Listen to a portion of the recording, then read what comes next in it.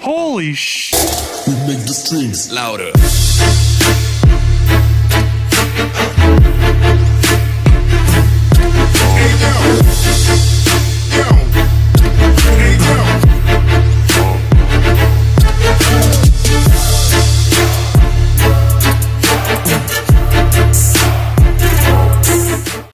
What do you have in there? One of the training things. Dave, what are you doing today? Oh, you shithead. I could have used that. I didn't even know that was in there. I could have used that. So, in light of the whole daily video and, you know, the whole Integra 240 nitrous thing, we're starting out today with taking these aero wheels off my Saab to actually get balanced. We're taking them to Nissan where they balance like the Nissan GTR wheels up to 200 miles an hour. I don't know, that's what David says, but it's had a shitty vibration. I think these wheels are actually bent. They have a little bit of a bend because like on my other thing, maybe it's just because like when they balanced them, they didn't do like the road balance thing. Sam's Club balance them. Yeah, I had Sam's balance them, and you know, I don't know. Anyhow, we're gonna see if they balance out, because if they don't, I'm just gonna buy some different wheels. Because I've been rolling around with two different wheels. The old wheels in the front, which I can't use, is that one because it has a big old dent in it. Oh, actually, this one, big old dent in it, and they aren't bad, but I definitely like those like aero wheels. But yeah, we're gonna go get those balanced and then come back here. I went and I got some parts from the auto store, so we're gonna do that, and then yeah.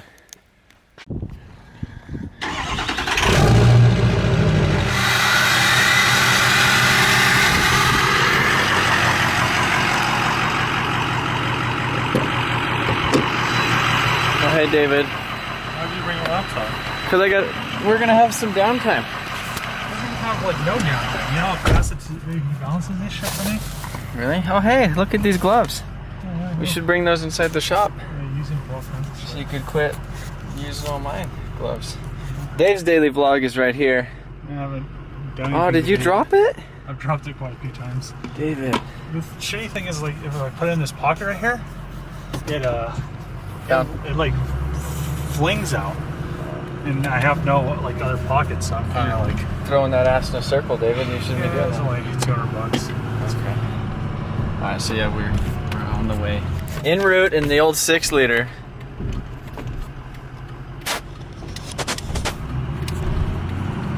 Oh, did you put that old lady?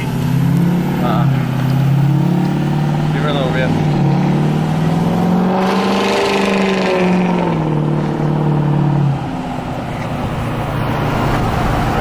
Rowdy old 6-liter. Do you like my tunnel rip on video? I didn't watch it. Oh, if you haven't checked out Dave's channel, Road Bash TV, Yeah. link in his nose. Oh yeah. The link will be right in the nose. So we got back at the shop. I didn't spend a whole lot of time like showing you guys the whole balancing process, just because I was like doing movie stuff off my phone and my thing. But yeah, so they have some weights on them now. Hopefully they're a little balanced, because if they're not balanced, I'm gonna get some new wheels. David's getting ready to weld some shit on his trailer. You left my gas on last night. Yeah, I thought about it after I got home. Good thing I'm a Mr. Picky and I check it out. But man, look at that Saab. Wouldn't that be dope if it was that low? Probably not, because it would rip everything off of it. But yeah, Aaron left one of his wheels here, so David used it as a little deal. Jamie, what are you doing? Are you singing? So Jamie got a oh yeah, take a bite. Take a big old bite. Jamie's sending pictures of our baby to my mama because she wants to take pictures of it or something. So we had an ultrasound today. And check out these wheels. So if I don't get those tires balanced on there, those are probably the wheels, but I have to order them from the UK. But those are like 18s. And they're pretty much the same exact style for the Saab. But yeah, this isn't a Saab video, so I'm gonna stop talking about my Saab, and I'm gonna show you. Move Dave's custom hat right there. I got me a rotor distributor cap rotor, some exhaust hangers, a little exhaust piece to adapt the. Hopefully this adapts to this. I don't know. The adapter city. Oh no. That's fine. Yeah, we could kind of make that work, I guess. You just weld it. But yeah, and then we go to like to adapt to that, to adapt to that, to adapt to this. Huh? Dude. What do you think of that? That's dope. Adapter City. I know. If this thing kind of like every time I look at it, it looks like a CTSV wagon, kind of like a CTSV wagon, like Imagine if this wing little. came out like this far. They have like a high Hirsch, I think Hirsch, whatever, and it like comes up a little higher, and it has like a little thing, and it makes it so you don't get as much like dust and shit on the back. But yeah, I don't know. Start working on this thing after I get this thing done, and hopefully, the plan is to get it running today.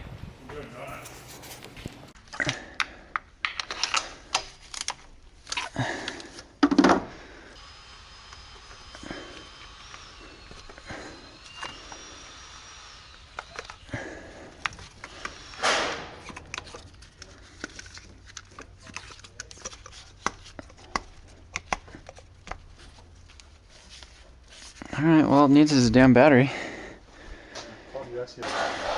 I guess we'll see what happens.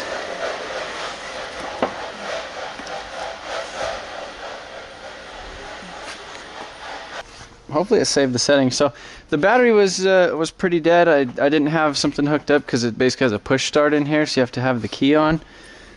And then... Oh, battery's too dead. So we'll see if that sketchy battery works.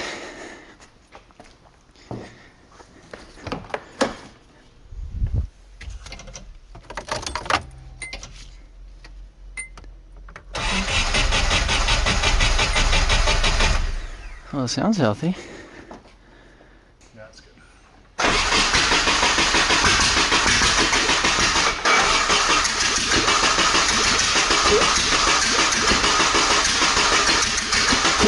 I don't want to do that too much. I feel like the timing's off.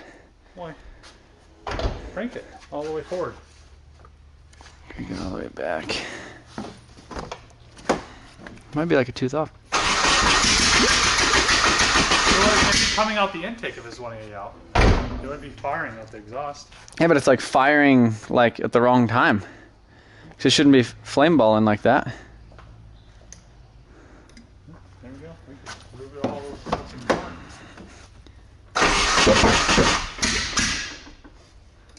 You can keep going.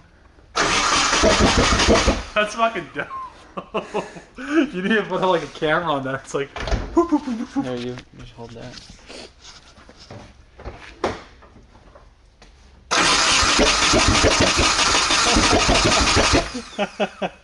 That's dope. Yeah, it's definitely out of time though. Oh, I'm almost all the way. Well, I think we need to here go back the other way. So I bet if we went, ooh. So I think it needs to be well, because remember it needs to be like right there on TDC. Let me turn off the ignition because that's sketchy. Alright, so round 2 we just restabbed the distributor.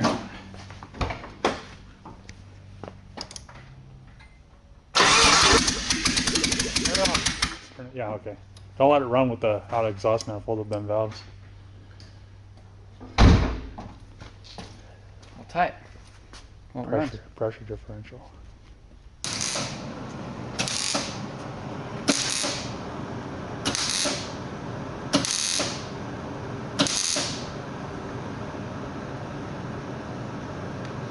That's pretty. Nice. So basically what I did is I just cut off this little EGR tube that went right there, and I just bent it with the pliers to kind of, and then just kind of stitch that seam up. Now there's this big that's the EGR hole tube. right there, so I'm gonna have to... That's the fresh air tube. The what? Oh, this is fresh air? Yeah, that's EGR. And then, should I put like a... No.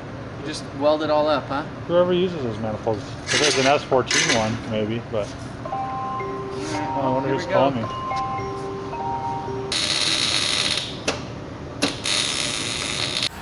So you go see if the wheels are balanced now. Dave, how you fit back there? Just go on the other side to see how slotted it is. Check out how it looks lowered. Should we? So this is what the Saab would look like if it was lowered. Oh yeah. Hey, no yawning. Okay, so I was just walking past. So, if you guys ever need a like a emergency like wideband O2 bung, like you could use this spark plug like non-fouler with like the 18mm thing, and you just cut that off, and then that thread will work for an O2 sensor. Right, Dave? I guess, I don't know. I just Dave's never done it. Well, Dave's never had to like swap widebands between cars because none of his cars run long enough to swap widebands. Did you? Oh, they found my exhaust gas. Hey, should I zoom in on your face?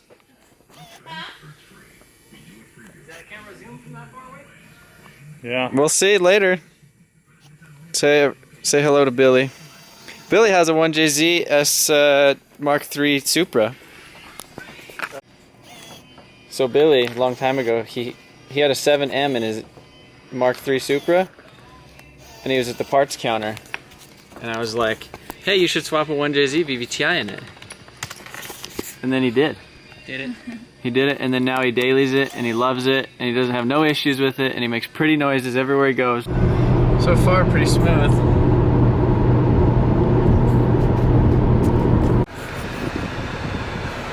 His and hers. Are you having a hot flash? Oh, you. Oh, okay. That's the nice thing about the Saab. So we just got back from Lowe's and O'Reilly's. I got me some washers for the exhaust manifold nuts, and then I got some exhaust manifold gaskets, so I don't have to use that orange RTV, which I'll probably still do that on like the front one because one of the studs came out. But yeah, so we need to basically weld the exhaust, like figure out the exhaust. So I'm going to stuff this up in there and figure out exactly what we need to weld or do, because I need to adapt that to the rest of the back section of the exhaust, and then probably end up welding that section together so it's not like ghetto clamped and stuff with like these weird exhaust leaks. Yeah, so gonna get started on that just so we could actually start this thing without the valves floating each other. Why did they do that? Because there's no like pressure. Back pressure on them. That was kind of cool, that flame though. Yeah, the flames.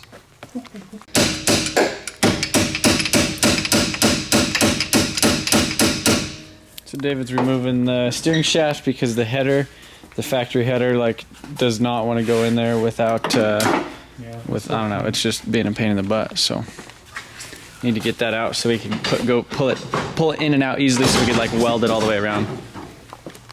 See, now the header goes on like butter here.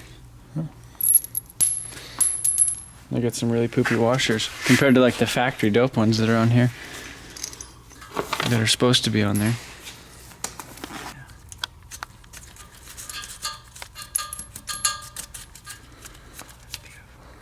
Yeah, isn't it? You have a 17 over there?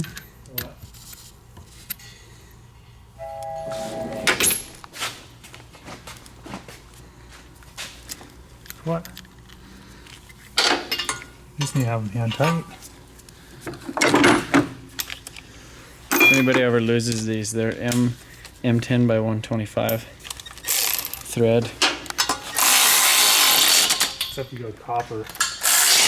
And if you ever You go to copper nuts on exhaust.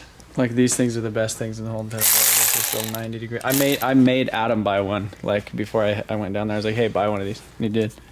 And I brought mine too. It's gonna be loud. It's not gonna be that loud. It'll be nice. KA with open header. I hate loud Ks. Yeah. They're so annoying. Like Derek's was like the worst thing ever. It's almost as bad as that 350Z swapped S14. Yeah, that was bad too. Sounds like dying cats. Sounds like a tractor. You gonna give her the throttle? No. Yes, I think your air filter just fell off. Okay. Yeah. No, maybe not. What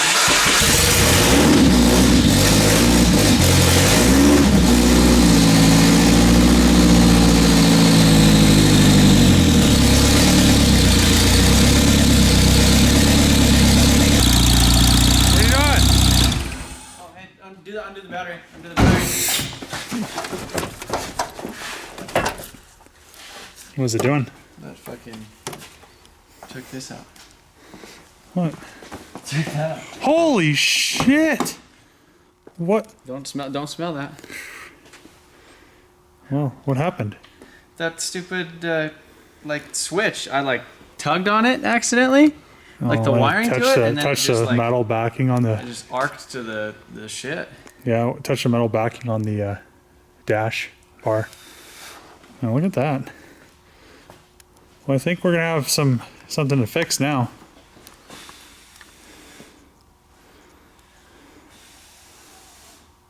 Looks like we just vaped it out.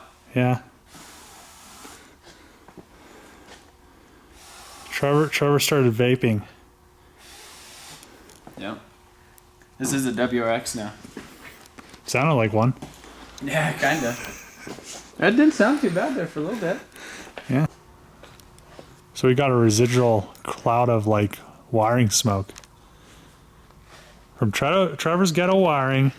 No, I like was trying to push in the clutch to see how the clutch felt, and I ended up like pulling. There's like this wire that goes to like the push button start and like the fan switch and some other shit, and it just I pulled it out and it just like touched underneath the dash and it just instantly started smoking like crazy. So we have a special guest showing up. Billy from the auto parts store earlier. He came to say what up. Give it. Oh, look at you, Ricer. What's up? All your gauges. Smells like coolant. Yeah, it does smell like coolant. Yeah, it's got a leak. Yeah. Give it a rev. Right.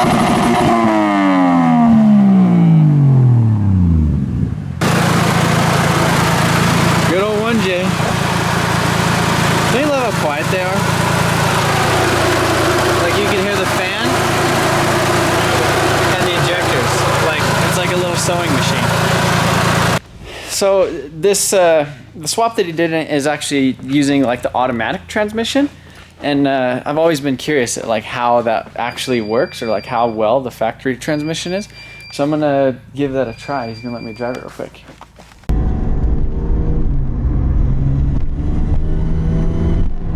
Almost sounds like you have a little boost leak. That like whine? I don't know, it's always been that way. Really? Yeah. Oh yeah, that's a little boost leak. Yeah. Yeah, because it's like a little duck call. Basically, that sound is like the coupler kind of like vibrating and like flapping almost. Oh, okay.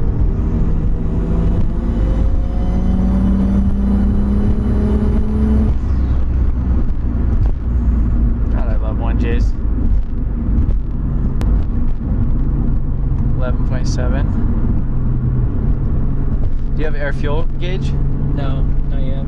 Yeah, I was gonna say the 1Js, they really like, they'll tell you a lot with the air fuel gauge, like exactly how they're running. Yeah. Like if they're like running good, like the air fuels will be perfect, whereas if they're kind of running weird, like the air fuels is just like the instant way to like tell, because they'll like disguise a lot of stuff. Like right now it's like with that boost leak, it's probably running super rich, Yeah. and it could probably run a little bit better, but it's like disguising it because it's a JZ. But like Yeah. if you had an air fuel gauge, you would see that it was like stupid rich because of the boost leak, Yeah. and you'd be able, like tighten up all the stuff. But yeah, I definitely think that's a boost leak. When I put that, it's good to have that input too, because you know what the fuck you're doing.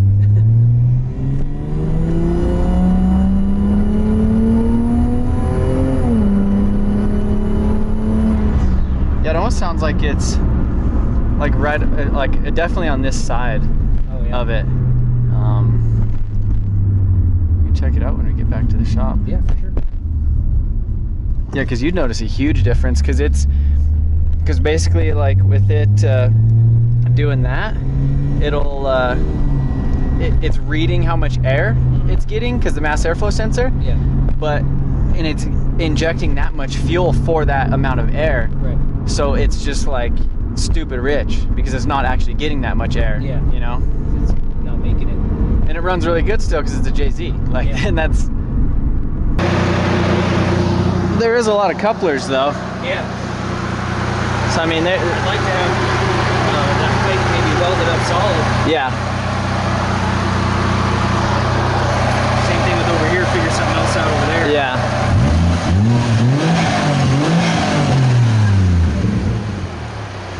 Let me try something real quick. See if you could hear it up there. I'll just kind of like put it in gear and kind of like boost it.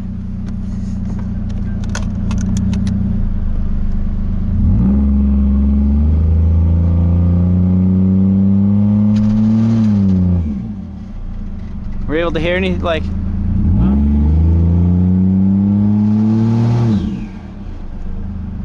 All I can hear is the air filter. Yeah. I definitely say like make a boost leak tester. They're pretty easy to make, and then just hook it, like take your mass airflow sensor off and then hook it right here, and then basically pressurize everything and then spray it with like soapy water. Oh, okay. And then you'll be able to actually see, just Google like, Right. yeah, and then because it'll basically pressurize the turbo, it'll pressurize all these hoses, everything going around the back, all your connections and fittings and stuff around like your injector O-rings and stuff. And then yeah, it definitely does sound like a little bit of a boost leak though, but it runs really good though. Thanks for letting me drive that.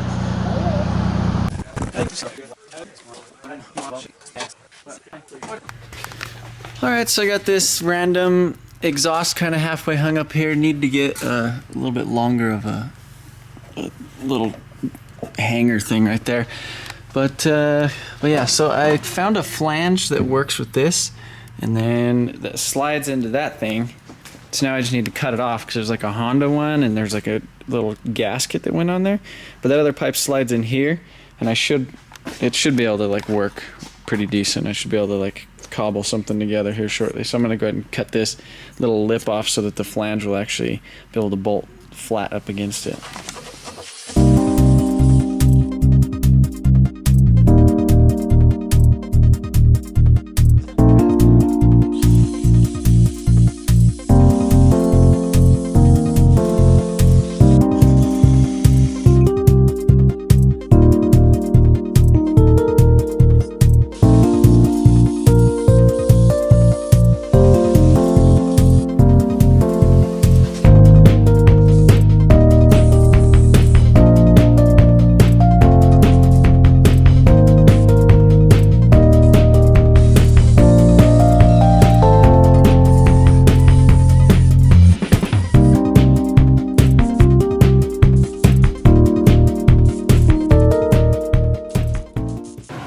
So I've been kind of picking away at the exhaust here a little bit. I kind of ditched my original plan and kind of went with a little bit of a simpler setup.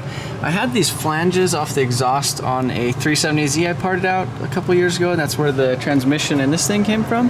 But anyhow, I had basically these like stainless steel flanges with like a nice gasket and all that stuff. So I didn't have to deal with like adapting like a bunch of gaskets and stuff and grinding some stuff out. So just like, screw it, I'll just go ahead and cut it and put this little straight piece in there, and I didn't even put that much effort into it, and it worked out pretty good. Cause I initially was gonna have the flange like back here, but then I would basically have to pull out this whole pipe if I ever wanted to pull the header off again. So I just made it short. You can see the little X right there, that's where the wideband O2 sensor bung is gonna go. So I gotta clean that off, and yeah, so they had this exhaust kind of just like clamped in this weird section back here. So I went ahead and got it welded. So I'm gonna go ahead and pull that off and actually weld that and pull them clamps off. But the exhaust actually fits kind of me. It's got a big old weird can out the back, but I don't know, I guess it kind of works for now. It'll definitely make this thing quiet, which like I said, I don't like the loud KAs. So what I'm gonna do, because I don't actually have another wideband O2 sensor bung, is like I showed you those things earlier at O'Reilly's. This is like the 18mm like spark plug defouler or whatever. And so inside of it, it has that. So you basically just have to cut off the tip, kind of round it a little bit. This is a little bit thinner material, so you have to be careful when you're welding it not to warp it. But I have this extra O2 sensor, or this extra wideband sensor that's no good. So I'll stick that in it when I weld it and make sure it's perfect. So.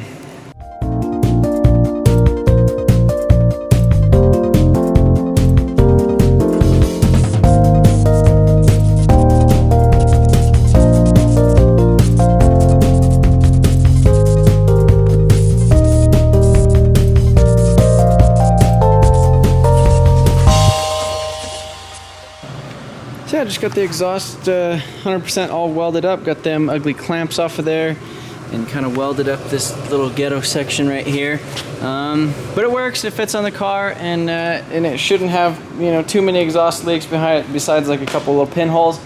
But yeah, I mean, that's the big old can. It'll kind of straighten out and move over this way once it's actually officially on there. But yeah, so I'm gonna lift it up and throw it on. All right, so the exhaust is officially all bolted up. You can see, got my, you know, super premium like Caterpillar welds on there. Got the O2 sensor, the wideband O2 sensor thing just right there, which that should be a decent spot. You know, because both these things merge right there. And then it's basically straight to a resonator, back to the big ass muffler. So yeah, I don't know, that's kind of offset and kind of crooked, and it like almost goes into the damn tire right there. But I don't know, it has a little bit of play in it, and I could probably get it to scoot over a little bit more if I get a longer exhaust hanger. Yeah, I'm gonna lower this thing down, fire it up, see what it sounds like. This is gonna be first start with the header and full exhaust. Well, not header, stock exhaust manifold, full everything.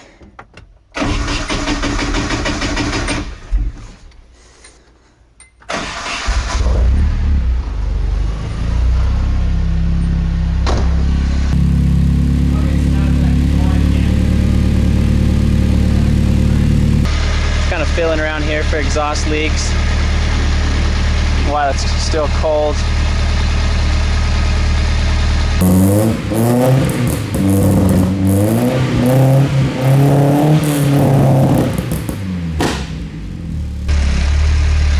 So yeah, you can see the distributor is basically all the way to the right. So that means it's off like a tooth or so, because it doesn't even run good right here.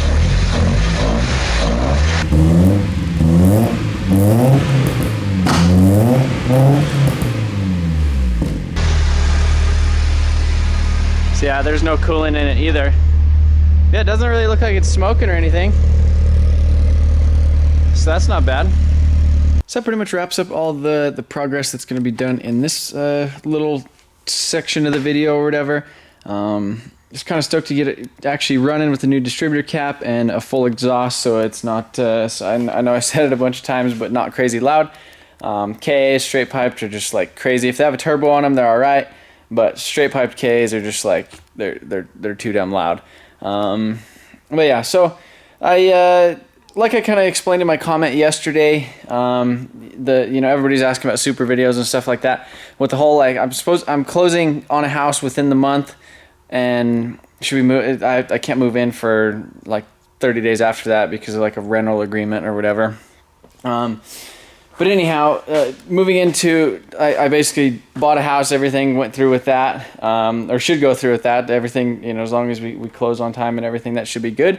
But basically right now, I'm kind of holding up progress on the Supra. I am currently working on it, doing some other sanding stuff, but that's not a video to me, it's just sanding stuff. I've already sanded a bunch of stuff, and so yeah, it's just one of those things. As soon as I get it painted, then it's just going to be a bunch of expensive stuff that I can't really afford to buy right now. I'll get further into that in another video, but you know, I kind of felt like I was lacking on interesting content. This is something that I felt like I've actually been wanting to do, and I feel like is semi-entertaining and it's kind of relevant to the channel, you know, as far as like drifting in 240s and nitrous, and hopefully kind of like teaching you guys something along the way, which is basically about nitrous and a K and kind of a little test thing. So I think it'll be pretty interesting. It is Thursday morning or whatever, and you know, I'm basically gonna go home and edit this video, get it up for you guys today. But yeah, let me know what you guys think of this whole like daily kind of video thing. It makes it a lot easier for me to kind of get like one task done and go from there. It's I don't know, if I were to do this kind of whole build or kind of thing and then have like 2 videos, basically just putting the whole car together and getting it running and driving and all the, you know, kinks worked out of it, and then the other video would basically be at the drift event. That's only 2 videos. And then the first video would turn into like an hour thing, and then, you know, I understand if a lot of you guys, it's hard to, you know, if I see one of the people that I follow, they post like an hour video, I'm like, oh man, I want to watch this, but I don't have time. So I completely understand. So this is going to be, hopefully, you know, if I quit yakking, this will be shorter videos. But yeah, I just kind of taking you guys along with me. I would definitely like to share knowledge and stuff. I mean, I'm kind of learning with this, the nitrous on the K. I've never done that. I did nitrous on my LS a couple years ago that was in my drift car. But I think it would be kind of cool to actually do a legitimate like turbo setup on this car as well. Maybe do the nitrous, you know, if everything goes well with that. Piece together kind of like a reasonably priced turbo kit. Actually get like an ECU that you're able to tune. I just feel like there's a lot of kind of misconception and like not the right turbo knowledge kind of being spread right now on YouTube. One guy, you know, was saying, you know, I was talking about, you know, the whole Haggard thing and how they not tuning their stuff. And he was talking about like my drift car and how it's, you know, technically on the stock ECU, which my theory on that is like the ECU in my drift car is actually a factory turbocharged ECU. So it has timing values and everything and fuel values for boost, and the changes in, you know, intake air temperature sensors and, you know, knock and all that stuff. It retards the timing and does a bunch of stuff that saves itself because it's a factory turbocharged engine. And I don't have the boost up super high, and basically I'm just letting the factory injectors like limit my power. But yeah, like on a K24 or Miata or something like that, any car that didn't come factory with a turbocharger on it, it doesn't have those maps in the ECU. So as soon as you throw boost at it, and it sees all this extra air, it's like, oh great, you know, I'm gonna give you extra timing. Whereas on a boosted car or nitrous car, you need to pull timing out of the engine so it doesn't hurt itself. You know, or knock or detonate and all that type of stuff. But yeah, so that's kind of how I'm getting away with it on my drift car on the stock ECU is its factory turbo ECU. These things that have a lot of timing in them from the factory, you know, as RPM increases and load increases or whatever, it gives it more timing because it needs it. As a naturally aspirated engine, whereas a turbo engine, you pull the timing out, you know, as you get into the higher loads and stuff because of the boost. But yeah, so I would definitely like to do something like that. But yeah, I'm rambling. Tomorrow I should be able to, I think we're going to do something cool. Maybe we're going to do like, you see it like the overseas drift events where they like pull the trannies and they like pull the car up on like 45-degree angle and like, or like 90 degrees. I kind of want to pull this thing outside and pressure wash the underneath of it because it's so dirty. So we might get a couple guys over here and try to do that. I think that'd be kind of interesting, as well as install the coilovers. I pulled out this crazy seat. Long time ago I had this S13 hatch that I painted and sold. It had an SR in it, but this was the seat that was in it. Really crappy seat. So yeah, and I gotta like vacuum all the mouse poop out of here, kind of like clean that, disinfect that so it's not, doesn't smell like crap. I think I'm putting that seat in here. I have a 240 bracket for that. Get some harnesses mounted in here, cut out the cage. Got a bunch of little nitpicky stuff I need to do to this, but yeah, hopefully you guys enjoy these videos. Thanks for watching. Be sure to give it a thumbs up if you did like the video, and stay tuned for more. And like I said, today is Thursday, May 4th. May 7th, which is Sunday, is at Pikes Peak International Raceway, is like the time attack and drift. And it's not like an official like drift, it's just kind of like a little practice drift day or whatever. I might take this, I might not. Like I said, I got tires up there, I gotta go test and, you know, do some stuff for some other people. But definitely want to bring this car there. I think it'll be a lot of fun. If you're in Colorado, if you're local, be sure to come check it out, say what up. This thing will be sliding around there hopefully, as long as we don't have no issues. But again, thanks again for watching.